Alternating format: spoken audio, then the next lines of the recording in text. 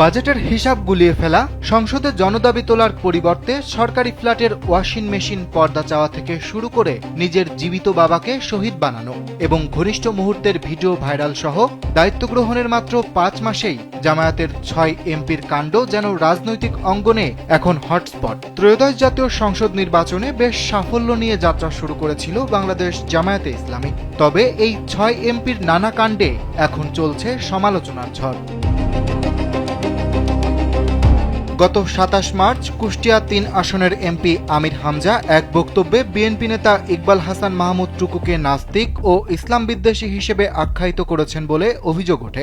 এই ঘটনায় আমির হামজার বিরুদ্ধে ২টি মানহানির মামলা করা হয়। পরে তার বিরুদ্ধে গ্রেপ্তারি পরোয়ানাও জারি হয়। যদিও আগাম জামিন নিয়ে আত্মসমর্পণের পর তিনি স্থায়ী জামিন পান।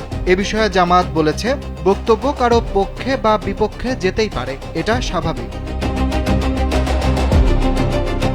এছাড়া গত ৭ জুন সংসদের বাইরে থাকা গণমাধ্যম কর্মীদের সঙ্গে আমির হামজা বাজেট নিয়ে কথা বলেন। সেখানে তিনি বলেন, 5+ স্টার রেটিং প্রাপ্ত দেশের সর্বোচ্চ বিদ্যুৎ সাশ্রয়ী ওয়ালটন এসি, স্মার্ট কমফোর্ট এখন নেক্সট লেভেলে। বাজেট ২০০ কোটি টাকা হওয়া উচিত। আরেকবার বলেন, বাজেট ৬,০০০ কোটি টাকা হওয়া উচিত। পরে আমির হামজা অবশ্য জানান, তিনি বলতে চেয়েছিলেন ৬ লাখ কোটি টাকার বাজেট হওয়া উচিত। মুখ ফসকে ৬,০০০ কোটি বলে ফেলেছেন। আমির হামজার এমন বক্তব্যে অস্বস্তিতে পড়েছিলেন জামায়াত নেতৃত্ব। গত ১৭ জুন সংসদে দেওয়া এক বক্তৃতায় চাঁপাইনবাবগঞ্জ ২ আসনের জামায়াত ইসলামীর সংসদ সদস্য মোহাম্মদ মিজানুর রহমান এমপিদের সরকারি ফ্ল্যাটে ওয়াশিং মেশিন, মাইক্রো ওভেন ও জানালার পর্দা চেয়ে বলেছিলেন, আমরা বাজেটের উপর কথা বলছি, সম্পূরক বাজেটও পাশ হয়েছে, কিন্তু সংসদ সদস্যদের আবাসিক ফ্ল্যাটগুলোতে জানালা দরজার পর্দাগুলো এখনো ঝোলানো হয়নি। এই বক্তব্যের কারণে প্রথমে সামাজিক মাধ্যম এবং পরে সরাসরি দলের সমালোচনার মুখে পড়ে জামায়াত।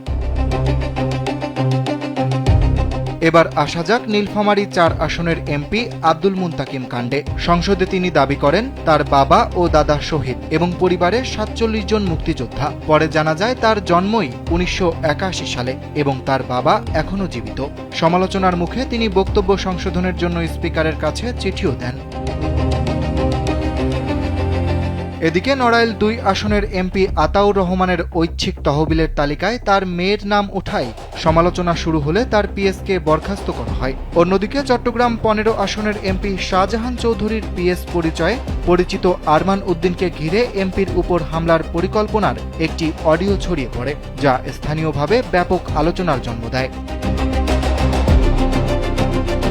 সাতক্ষীরা ৪ আসনের এমপি গাজী নজরুল ইসলামের ঘনিষ্ঠ মুহূর্তের একাধিক ভিডিও ভাইরাল হলে নতুন বিতর্ক তৈরি হয়। তিনি দাবি করেন, ভিডিওতে থাকা তরুণী তার দ্বিতীয় স্ত্রী এবং প্রথম স্ত্রীর সম্মতিতেই তিনি বিয়ে করেছেন। তবে সামাজিক মাধ্যমে ছড়িয়ে পড়া ওই তরুণীর জীবন বৃত্তান্তে অসঙ্গতির অভিযোগও সামনে আসে। তবে পরের ভিডিওটি নিয়ে এখনও মুখ খোলেননি তিনি। ইতোমধ্যে তাকে দল থেকে বহিষ্কার করা হয়েছে। রেকর্ড জয়ের সাফল্য ধরে রেখে যখন গুছিয়ে ওঠার কথা, তখন নিজ দলের সংসদ সদস্যদের একের পর এক দায়িত্বহীন কর্মকাণ্ড জামায়াতকে ঠেলে দিচ্ছে কঠিন চ্যালেঞ্জের মুখে। বিতর্কিত এমপিদের রাশ টেনে না ধরলে সামনে এই রাজনৈতিক অস্বস্তি ও জন অসন্তোষ আরও গভীর হতে পারে বলেই মনে করছেন বিশ্লেষকরা।